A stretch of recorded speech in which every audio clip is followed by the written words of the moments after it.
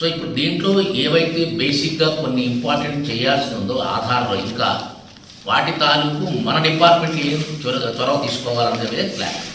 So ఇక్కడ మన జిల్లాలో చూస్తే బేసిక్గా ఎన్రోల్మెంట్ సెంటర్స్ ఎక్కడెక్కడ ఉన్నాయని కూడా క్లియర్గా ఇచ్చారు. 2వ పేజీలో 3వ పేజీలో ఇచ్చారు. సో వాళ్ళ సబ్జెక్ట్ వైజ్ ఆయన రివ్యూ చేస్తారు.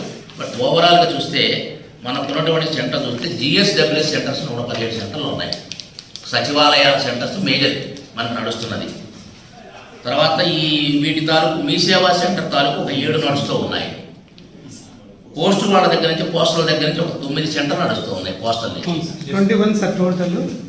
మనకు 2 డిస్ట్రిక్ట్స్ ఉన్నాయి కాబట్టి అవి పోను ఇక్కడ ఈ జిల్లాలో 2 జిల్లాలు 9. బిఎస్ఎన్ఎల్ 9 ఉన్నాయి. బిఎస్ఎన్ఎల్ వాళ్ళు కూడా 9 ఉన్నాయి. బ్యాంక్ సంబంధించిన కూడా ఒక 14 ఉన్నాయి. తర్వాత మనకి సిఎస్సి సంబంధించిన మీరు వచ్చినట్టున్నారు ఒక 5 ఉన్నాయి. ఇంటి చిత్తూరు వరకు 34 సార్. కిందది వీళ్ళది హెల్త్ అండ్ ఫ్యామిలీ దానికి ఉంటుందా? ఓకే. నాన్ అవైలబుల్ కనపడుతుంది అక్కడ. దానికి ఎలాగ దాన్ని ఇంప్రూవ్ చేయాలని ఒకసారి మీరు ప్లాన్ చేయొచ్చు అది చెప్పిన తర్వాత. సో ఓవరాల్గా ఇప్పుడు ఉన్నటువంటి పిక్చర్ అంతా కూడా ఒకసారి దామోదర్ అని ఎక్స్ప్లెయిన్ చేస్తారు. జస్ట్ ఇప్పుడు 11:15 అయింది. ఒక 15 నిమిషాలు క్లోజ్ చేస్తాం. 11:30 కల్లా మనం క్లోజ్ చేద్దాం. Very simple. సో ఈ టాస్క్ చాలా ఇంపార్టెంట్ అంశాలు ముడిపడి ఉన్నాయి. ఇప్పుడు ఆల్రెడీ ప్రతి ఒక్కరికి ఆధార్ అనేది మస్ట్ అని మనందరికీ 2011 నుంచి గత 15 ఏళ్ళ బట్టి నలుగుతూ ఉంది. దీంట్లో అది ఎప్పుడు కంటిన్యూగా చేయాల్సిన కొన్ని బాధ్యతలు ఉన్నాయి.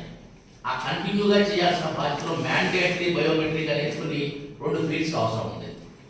ఆ 5 years దాటిన వాళ్ళకి మోర్ దాన్ 5 years 5 to 7 మధ్యలో ఒకసారి, అట్లాగే 50 to 17 మధ్య ఒకసారి మ్యాండేటరీ బయోమెట్రిక్ అనేది చేయవలసి ఉంటుంది, అప్డేటింగ్ చేయాలి. సో దీని తాలూకు ఈ సెంటర్స్ అనేవి నడుస్తూ ఉంటాయి.